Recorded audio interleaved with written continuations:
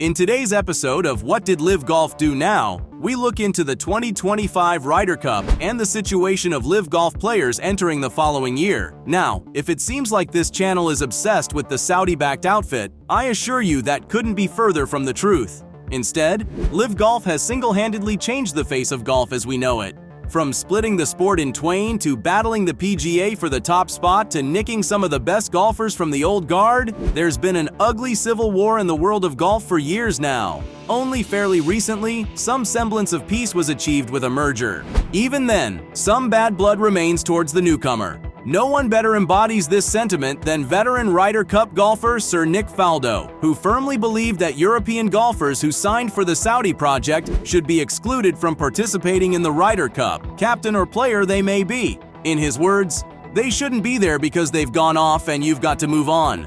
But are LIV Golf players indeed cut off, or is this all a case of mismanaged anger? Let's find out. Mess imminent. Before LIV Golf's inaugural event in June 2022, the newcomer had already succeeded in tempting and luring away several big-name players from the PGA Tour. The fact that multiple key figures didn't mind switching sides despite warnings of dire repercussions was both shocking and empowering for the rest of the PGA players. One of the consequences threatened was a potential ban from the Ryder Cup. This seriously threatened some defectors, such as a trip of the best players from Europe, Lee Westwood, Sergio Garcia, and Ian Poulter. Westwood was one of the first to address the prospect of being kicked out of the Ryder Cup, stating, "It's something I have to take into account, a Ryder Cup ban. I'm not sure about the playing days, I'm 50 next April. Captaincy could be in jeopardy as well, but Ian pretty much covered it all. What I will say is that myself and Ian Poulter have been members of the PGA Tour while we've been on the European Tour, and that's had no effect in the past on whether people have been captains. LIV Golf is another tour, so why should it be any different?" Although an outright ban was never entirely enforced, defectors faced some consequences. More on this later in the video. When players leave. The first signs of consequences came when the PGA Tour and DP World Tour found themselves at loggerheads with LIV Golf. What followed next was a series of legal disputes, mostly about playing rights and how LIV Golf was disrupting the sport. The answer for the DP World Tour was quite simple: fine defecting players and suspend their license. As brash as that might seem, the tour had good reason for this line of action. A group of Revel players requested conflicted event releases to avoid any form of consequence. 9 months into the dispute, Sports Resolutions, an arbitration panel, ruled in favor of DP World Tour, stating that the organization was within its rights to sanction players who breached its code of conduct. Several defecting players were fined £100,000 and inhibited from participating in the Scottish Open. About 12 players appealed this decision. Others, namely Lee Westwood, Ian Poulter, and Sergio Garcia, simply quit their tour memberships. But not every player had the option to quit or pay a fine.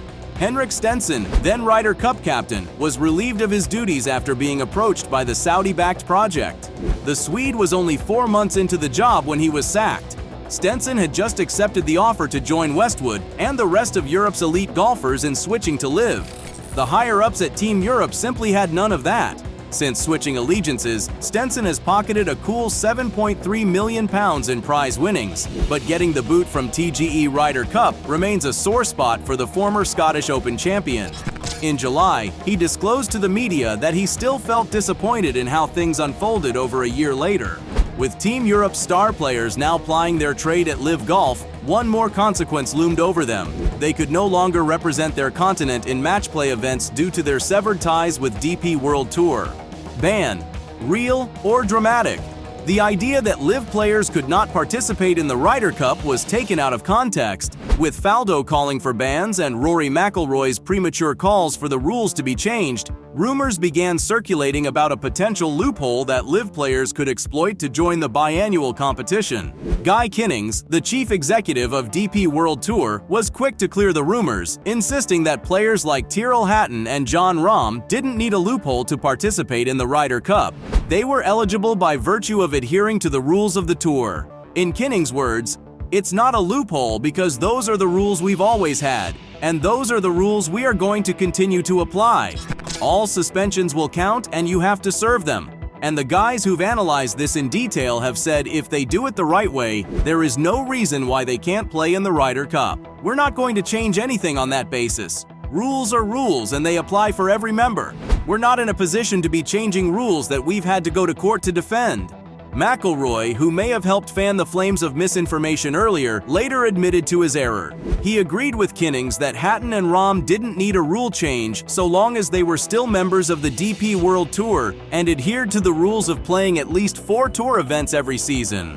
While Rahm and Hatton might easily waltz into the next Ryder Cup, the same cannot be said for Team Europe's defectors, who quit their memberships or were sacked, as is the case of Henrik Stenson, Lee Westwood, Ian Poulter, and Sergio Garcia.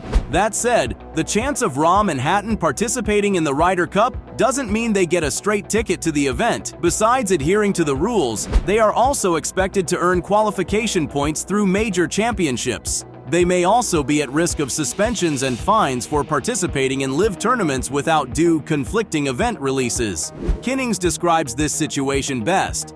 If you don't get a release, there are sanctions, so a player must accept those sanctions. And if he accepts the penalties, there is no reason why a player who has taken LIV membership and maintained his DP World Tour membership could not A. qualify or B. be available for Ryder Cup selection. It requires a player to work within the rules, but the truth is that those rules have been looked at and tested. Everything is done in a fair, reasonable, and proportionate way. So there is no reason why anything needs to change. It is wrong to think Jon Rahm has written himself out of the Ryder Cup. People instantly thought we would have to change the rules, but actually we don't. If Jon follows the procedures in place, there is no reason why he would not be eligible for the 2025 Ryder Cup. Is there a catch? Something about Guy Kinnings talking about the need to protect the Ryder Cup stirred rumors that the newly minted DP World Tour chief executive could be hinting at potentially blocking LIV Golf players from competing in the event. But that couldn't be further from the truth. If anything, Kinnings' statements defend Rahm and Hatton's right to play in the biannual event. In his words, "I'm the least impartial person when it comes to talking about the Ryder Cup. For me, all I want to do is make sure, as one of the many things we do, is protect the Ryder Cup. To be custodians of an event as good as that, which isn't just important for golf but is important for sport in itself, is something you've got to take very seriously. And so, absolutely, I want to make sure we elevate everything, make the tour better, and make the Ryder Cup better. You follow the rules as they are, but we've got to build from Rome to New York to Ireland, where the match is set to be staged at Adair Manor in 2027. In a different interview, Kinnings further explained the loophole and eligibility dilemma, pointing out the misconceptions surrounding the eligibility criteria for the 2023 Ryder Cup. According to him, the reality is that, under the current system, if a player is European and is a member of the DP World Tour and abides by the rules in place, he is eligible. Beyond the rumors and half-truths, the terms of participating in the Ryder Cup appear to be pretty cut and dry. Additionally, players who leave the DP World Tour aren't suddenly banned for life. They can return and find a way back into the competition. The best example of this is Sergio Garcia. He was one of the prominent figures missing from Luke Donald's European team. But rather than wait for the team to come calling, Garcia tried to get back in touch and declare his availability for the Ryder Cup selection. According to reports by The Telegraph, Garcia got in touch with the higher-ups at DP World Tour to discuss the possibility of returning and eligibility requirements. As a show of faith, he even paid off his £700,000 debt in owed fines. Unfortunately, it was a little too late. The tour rejected Garcia's offer to rejoin and pay his debts. No, the DP World Tour isn't trying to make Garcia a scapegoat. Instead, it very much has to do with whether or not he has a legitimate membership. Like the European team trio from earlier, resigning is the worst thing to do.